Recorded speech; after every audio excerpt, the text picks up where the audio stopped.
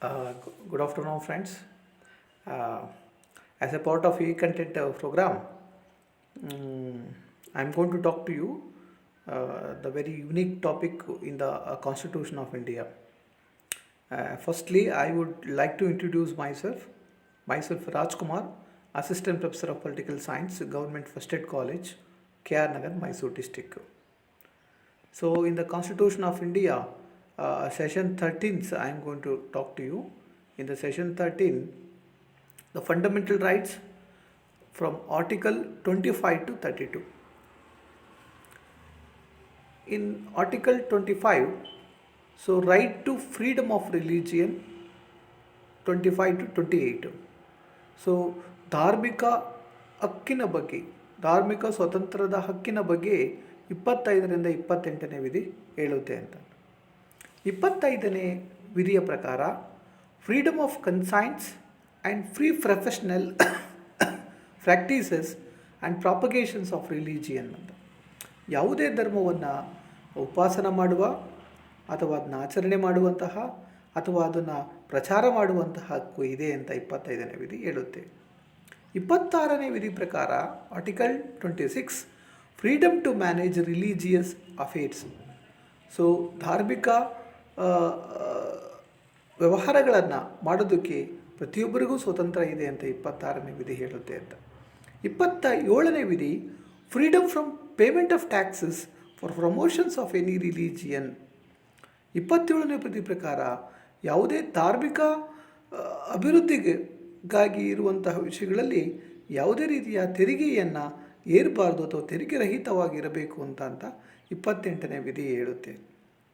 28ನೇ ವಿಧಿ ಪ್ರಕಾರ freedom from attending religious instruction a worship in certain educational institution.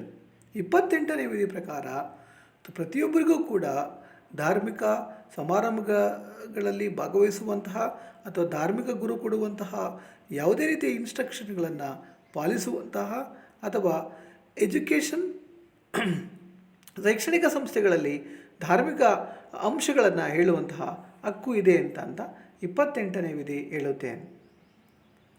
ಇನ್ನೊಂದು important ಆದಂತಹ ಫಂಡಮೆಂಟಲ್ ರೈಟ್ಸ್, ಅದು 5ನೇದು 29ರಿಂದ 30 ಕಲ್ಚರಲ್ ಎಜುಕೇಷನಲ್ ರೈಟ್ಸ್ ಅಂತ.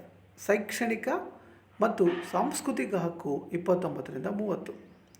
29ನೇ ವಿಧಿ ಪ್ರಕಾರ protections of language, script and cultural minorities. 29ನೇ ವಿಧಿ ಭಾಷೆಯನ್ನು ರಕ್ಷಿಸುವ ಅಥವಾ ಲಿಪಿ ರಕ್ಷಿಸುವ ಅಥವಾ ಧಾರ್ಮಿಕ ಅಲ್ಪಸಂಖ್ಯಾತರ ಸಂಸ್ಕೃತಿಯನ್ನು ರಕ್ಷಿಸುವಂತಹ ಹಕ್ಕನ್ನು ಇದು ಒಳಗೊಂಡಿದೆ 29ನೇ ವಿಧಿ. 30ನೇ ವಿಧಿ right to minorities to establish and administer education institution. ಅಲ್ಪಸಂಖ್ಯಾತರು ತಮ್ಮದೇ ಆದ ಶೈಕ್ಷಣಿಕ ಸಂಸ್ಥೆಗಳನ್ನು ಸ್ಥಾಪಿಸುವಂತಹ ಅದನ್ನು ನಿರ್ವಹಣೆ ಮಾಡುವಂತಹ ಹಕ್ಕನ್ನು ಒಳಗೊಂಡಿದ್ದಾರೆ ಅಂತ 30ನೇ ವಿಧಿ ಹೇಳುತ್ತೆ. ಸೊ 30ನೇ ವಿಧಿ ಹೇಳುತ್ತೆ. 31ನೇ ವಿಧಿ ನಿಮಗೆ ಗೊತ್ತಿರಬೇಕು. 31ನೇ ವಿಧಿ ಇವಾಗ ಇಲ್ಲ, ಯಾಕೆಂದರೆ right to property was removed. 31ನೇ ವಿಧಿಯನ್ನು ನಾವು ತೆಗೆದುಹಾಕಿದ್ವಿ. 31ನೇ ವಿಧಿ ಇಲ್ಲ. 32ನೇ ವಿಧಿ, so right to constitution remedies, article 32 that it gives that 5 important writs. So if violations of fundamental rights, anyone can move on to the supreme court or high court ಅಂತ ಹೇಳುತ್ತೆ 32ನೇ ವಿಧಿ. 32ನೇ ವಿಧಿ ಅತ್ಯಂತ ಇಂಪಾರ್ಟೆಂಟ್ ಆದಂಥ ವಿಧಿಯಾಗಿದೆ, ಯಾಕೆಂದರೆ ಅಂಬೇಡ್ಕರ್ ಇದನ್ನು ಸಂವಿಧಾನದ ಆತ್ಮ ಮತ್ತು ಹೃದಯ ಭಾಗವಿದ್ದಂತೆ ಅಂತ 32ನೇ ವಿಧಿಯನ್ನು ಕರೆದಿದ್ದಾರೆ. 32ನೇ ವಿಧಿಯಲ್ಲಿ ಮೊದಲೇದು ABS ಕಾರ್ಪೋಸ್ ಅಂತ. You may have the body means it is an order issued by the court to a person who has detained another person to produce the body the letter before it ಅಂತ ABS corpus ಹೇಳುತ್ತೆ. Mandamus weak command ಅಂತ. It is command issued by the court to the public office asking him to perform his duties and he has refused to fail to perform. It is also issued against public body and corporation and inferior court. 3ನೇ writ prohibition to forbid. Prohibition ಅಂತ 3ನೇ writ. It is issued by lower court at attribute to prevent latter from exceeding its jurisdiction ಅಂತ ಮೂರನೇದು writ. ನಾಲ್ಕನೇ writ certiorari to be certified and to be informed ಅಂತ ಹೇಳುತ್ತೆ.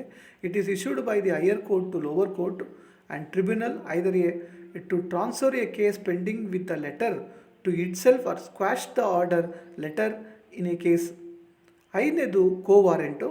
By what authority or warrant it is issued to the legality claim of a person or to a public office, hence it prevent illegal assumptions of public office by person. So according to this article, article 32 is a heart and soul of Indian constitution ಅಂತ ಅನ್ನೋದನ್ನು ನಾವು ಗಮನಿಸ್ಬೋದು ಅಂತ. So ಅದರಿಂದ ಇದು ತುಂಬ important ಆದಂಥ article ಆಗಿದೆ.